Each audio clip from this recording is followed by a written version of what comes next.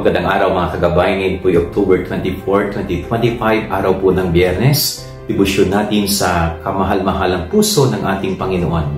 Ako po si Father Marvin at ang ating ebanghelyo ay hango sa ebanghelyo ni San Lucas, chapter 12, 54 to 59. Napakaganda po ng ebanghelyo na ito sapagkat ang Panginoong Hesus ay nagpapaalala sa bawat isa sa atin na habang may oras pa, sikapin nating magbalik loob sa Diyos. Sikapin nating gumawa ng mabuti.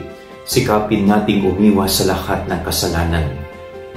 Dahil alam ng Panginoong Hesus kung saan tayo dadalhin ng ating kasalanan. No, alam ng Panginoong Hesus kung anong mangyayari sa atin kung walang pagbabalik loob na mangyayari sa ating buhay. Kanya nga, isa siyang paalala at the same time, isa po siyang babala, no, na habang may oras pa, no, sikaping magbagong buhay. Sapagkat hindi natin alam kung ano mga mangyayari sa mga darating pang oras, araw at panahon sa ating buhay.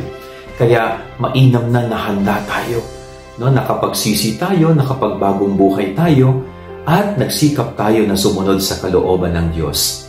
Yan ang ating gabay aral ngayong maghapon. God bless po sa inyo lahat. Pagpalain kayo ng Panginoon.